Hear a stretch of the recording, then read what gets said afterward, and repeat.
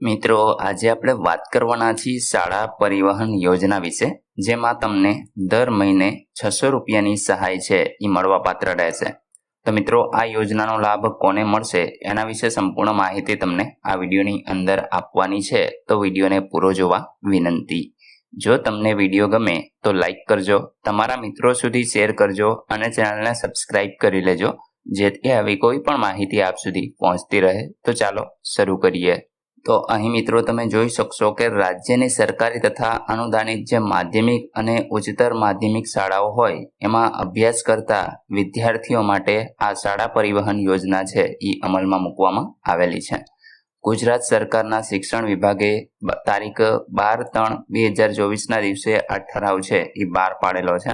હવે મિત્રો, આપણે યોજના વિશે ડિટેલમાં માહિતી મેળવીએ તો રાજ્યની જે શિક્ષણ વિભાગ હેઠળની સરકારી તથા અનુદાનિત માધ્યમિક અને ઉચ્ચતર માધ્યમિક શાળાઓની અંદર અભ્યાસ કરતા જે વિદ્યાર્થીઓ છે એમને પરિવહન પૂરું પાડવા માટે આ યોજનાનું નામ શાળા પરિવહન યોજના છે એ રાખવામાં આવેલું છે. હવે મિત્રો, આપણે જોઈએ કે શાળા પરિવહન મેળવવાની પાત્રતા શું રહેશે, એટલે કે યોજનાનો લાભ તમને કઈ રીતે મળશે.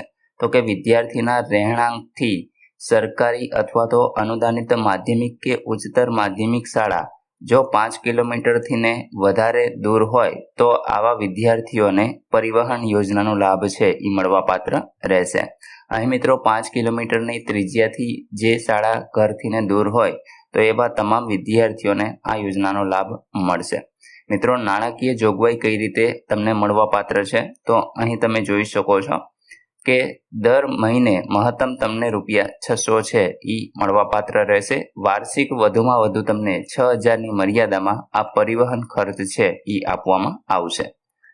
ત્યાર પછી મિત્રો, શરતોની વાત કરીએ તો આ યોજનાનો અમલ છે એ ગુજરાત શાળા શિક્ષણ પરિષદ સમગ્ર શિક્ષા નોડલ એજન્સી મારફતે કરવાનો રહેશે.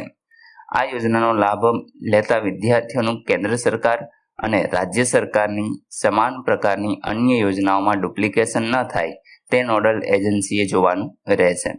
વિદ્યાર્થીઓના રહેણાંકથી 5 કિલોમીટરથી ને વધુ અંતરે આવેલી સૌથી નજીકની સરકારી તથા અનુદાનિત માધ્યમિક અને ઉચ્ચતર માધ્યમિક શાળામાં પ્રવેશ ઉપલબ્ધ હોય અને તેવી શાળાઓમાં પ્રવેશ લીધો હોય તેવા વિદ્યાર્થીઓને આ યોજનાનો લાભ છે એ મળવાપાત્ર રહેશે. હવે મિત્રો, અન્ય બાબતો વિશે ચર્ચા કરીએ તો આ યોજનાના ઉચિત અમલીકરણ માટે સમગ્ર શિક્ષા ગાંધીનગર જરૂરી આનુષંગિક સૂચનાઓ આપી શકશે. આ યોજનાનું અમલીકરણ શૈક્ષણિક વર્ષ 2024-25થી કરવાનું રહેશે.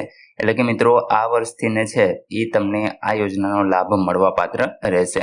તમારે જે તે સ્કૂલની અંદર અરજી કરવાની રહેશે, ત્યાંથી જ તમે આ જે ફોર્મ છે એ ભરી શકશો. તો મિત્રો, આશા રાખું છું કે આ વિડીયોની અંદર તમને શાળા પરિવહન યોજના વિશે સંપૂર્ણ માહિતી મળી ગઈ છે. તેમ છતાં પણ કોઈ પ્રશ્ન હોય તો તમે કોમેન્ટ દ્વારા પૂછી શકો છો. વિડીયોને લાઈક કરજો, તમારા મિત્રો સુધી શેર કરજો અને ચેનલને સબસ્ક્રાઇબ કરી લેજો, જેથી આવી કોઈ પણ માહિતી આપ સુધી પહોંચતી રહે. વિડીયો જોવા બદલ આપનો ખૂબ ખૂબ આભાર. મળીએ એક નવા વિડીયો સાથે.